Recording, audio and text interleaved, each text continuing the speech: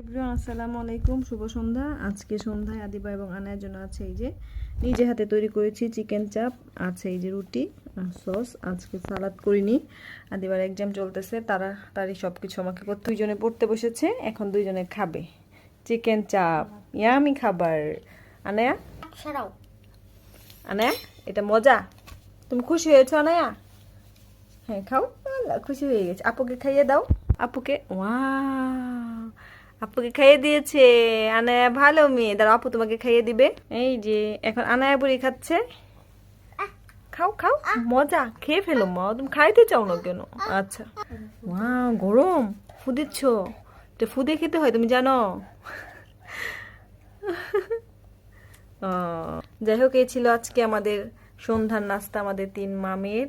আপনারা কে কি নাস্তা করলেন অবশ্যই জানাবেন। ওইদিকে আমাদের চা হচ্ছে। সবাই ভালো থাকেন, আল্লাহ হাফেজ। আল্লাহ হাফেজ মা, উম্মা দিয়ে দাও সবাইকে, এভাবে উম্মা।